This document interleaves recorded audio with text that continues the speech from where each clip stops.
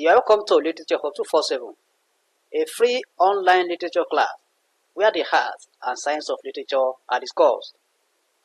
This video is about a non-African play titled A Man for All Seasons, written by Robert Ball. A Man for All Seasons is one of the plays recommended in the WAEC 2026 to 2030 syllabus.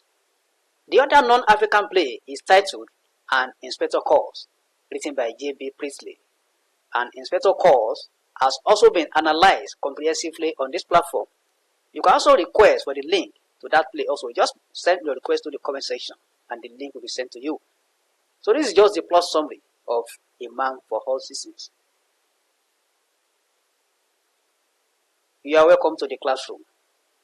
I want us to identify the major characters in this play so that we understand the type of characters we are going to read about in the play.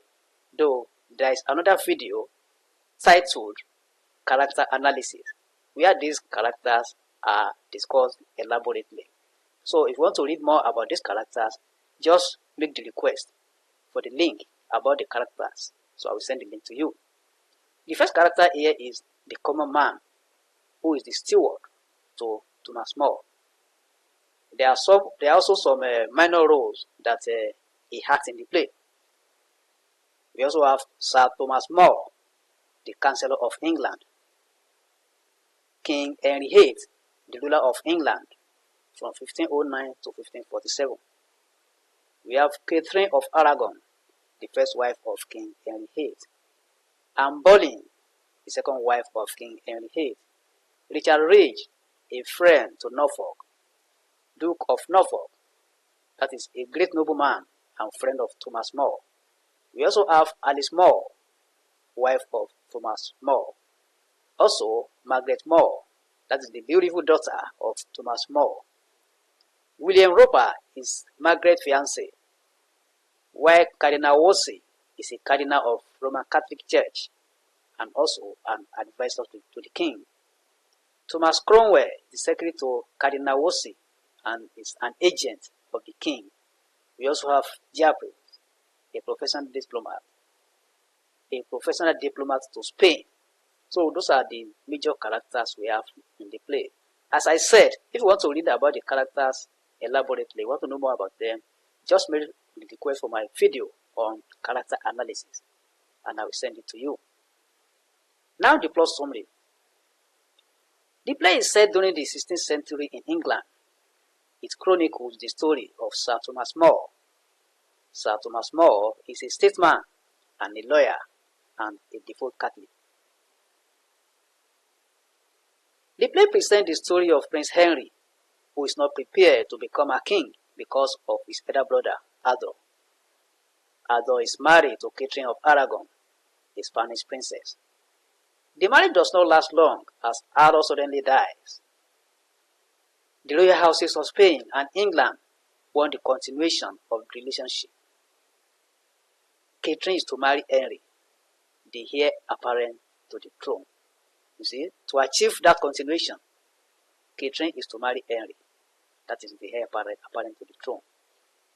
Unfortunately, there is a standing Christian law that forbids a man from marrying his brother's widow. This law is binding on both Spain and England because they are Christian monarchies.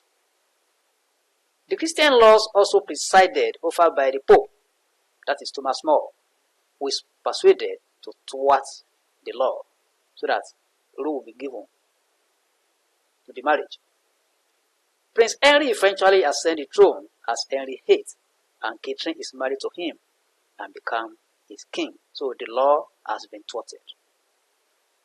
King Henry VIII and his wife enjoy a successful marriage, which is blessed with a female child.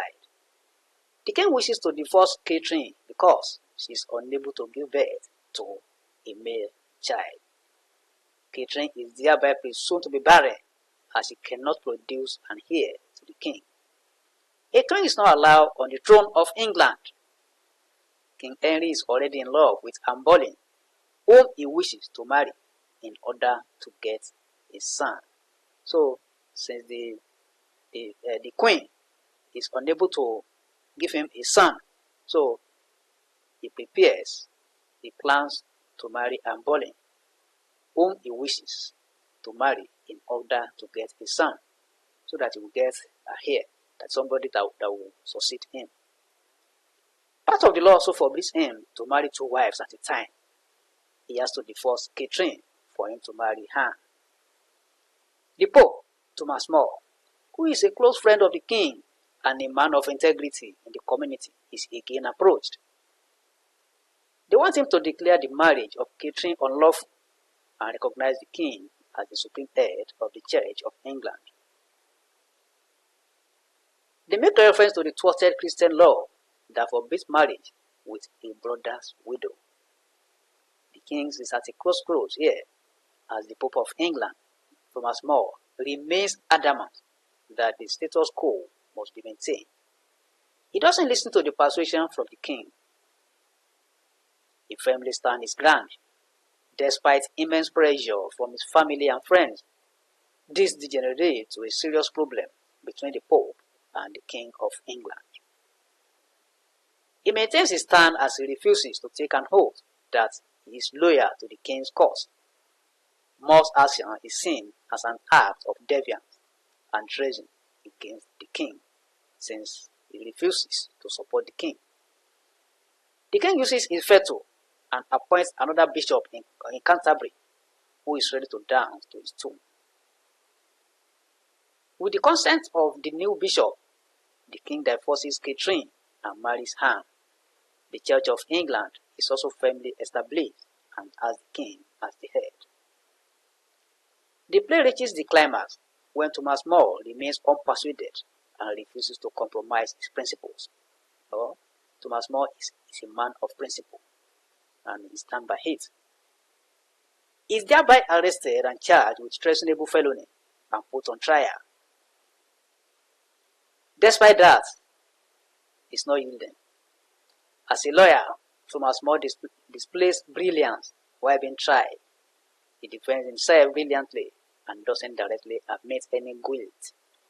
Despite a strong defense during the trial, he is eventually sentenced to death. Before he is executed, he delivers a powerful speech where he accepts his fate as a martyr for his beliefs. I do no harm. I say no harm. I think no harm. And if this be not enough to keep a man alive in good faith, I long not to live. Quote and unquote. That is from Thomas More when he is about to be killed. So that is the plot summary of A Man for Autism by Robert Bolt. And I want to inform you that the other act and scene are linked to the plot summary. So at the end of this video, Act 1 pops up. That's how it continues. We also have the analysis of the themes, the character analysis, and the dramatic techniques. So, and you are free to share any of our video or any social media platform. Invite your friends and colleagues to join us. If you like this video, share it. If you have any question or comment, send it to the comment section and it will be sent to you. Thank you and God bless.